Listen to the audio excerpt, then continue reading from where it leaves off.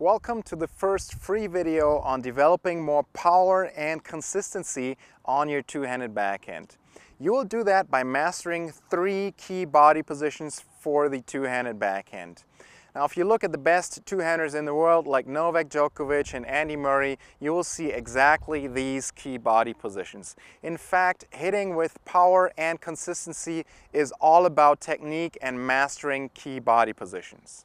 The great news is that anybody can develop great technique and hit with power and consistency regardless of your age and your level of play. The first key body position we want to talk about here is the unit turn. You may have heard about the unit turn before, but what does it actually mean and how can you execute it in every type of situation on the court so that you are ready to hit the ball with power and consistency? The unit turn is absolutely crucial. So when the ball comes to my backhand, from the ready position, the first thing I do is I turn my upper body and I get my feet in position. So if the ball comes close to me, I just turn and pivot my foot here and get into position.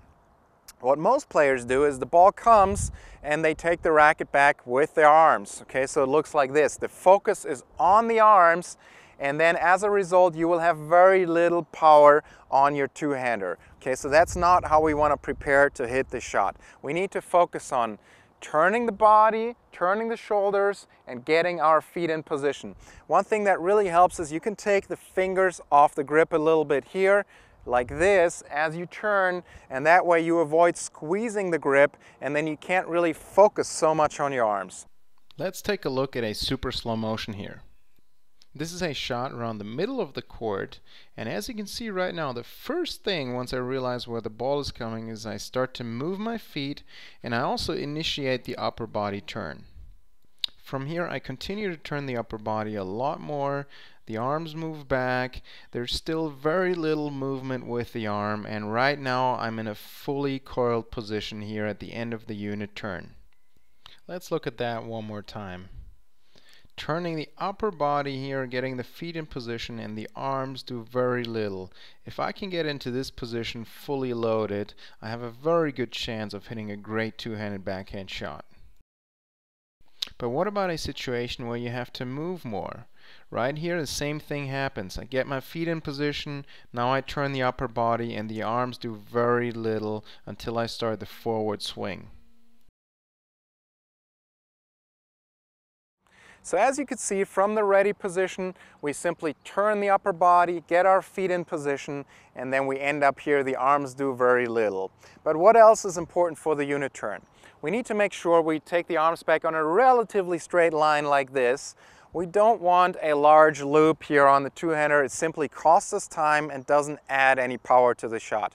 You can have a minimal loop, but really the idea is to take the arms relatively straight back like this. Now the second thing here is we need to make sure that we create a good pre-stretch here, and we do that by taking the hands away from the body back here.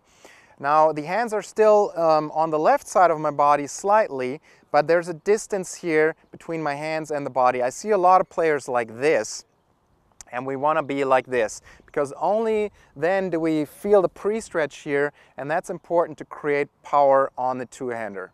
The last thing we need to pay attention to here is that the right arm is relatively close to the body.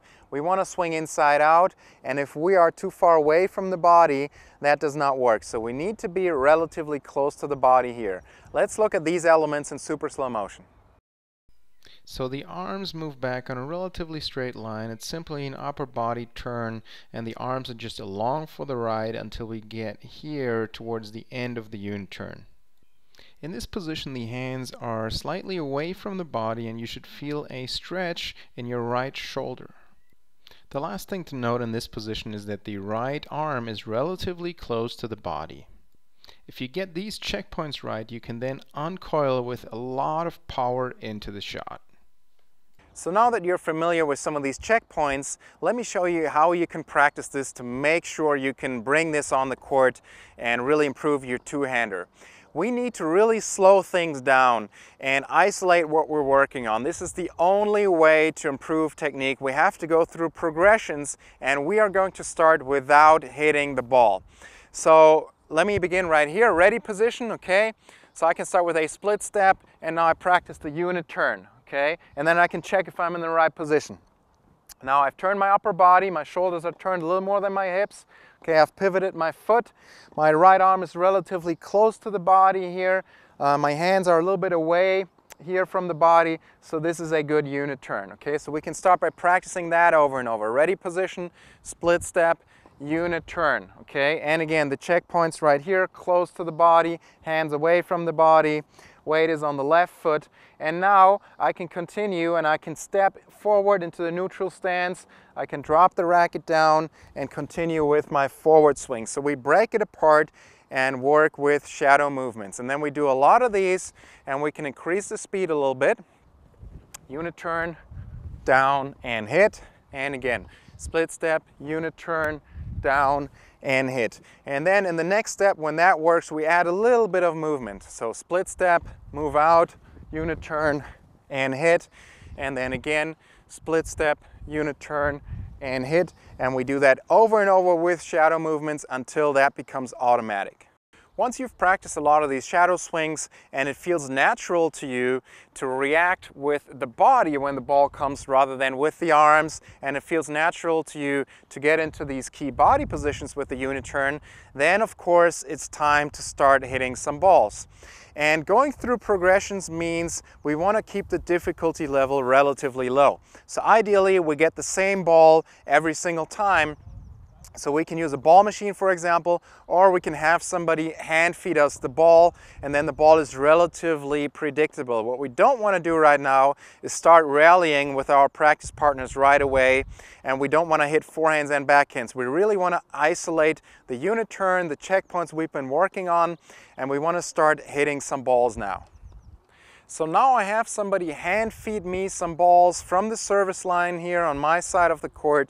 These balls should be relatively predictable, and I can really focus in on the unit turn. And all I really care about is getting the unit turn right. I don't care so much about how the ball actually turns out for now. Okay, we just want to really get the unit turn right. Let's go ahead.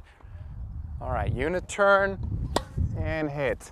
And again, turn the upper body and hit.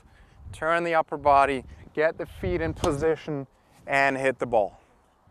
So now you understand what the unit turn is all about and how you can practice it, which is crucial. You need these step-by-step progressions. You need to work without hitting the ball first.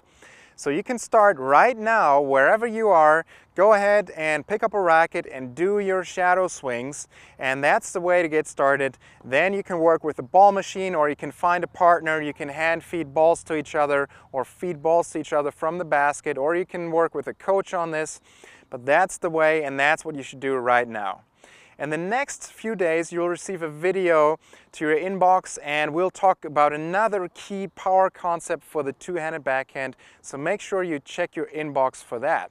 Right now, you can ask me any question you have regarding the video we had today, regarding the unit turn, in the comments section below.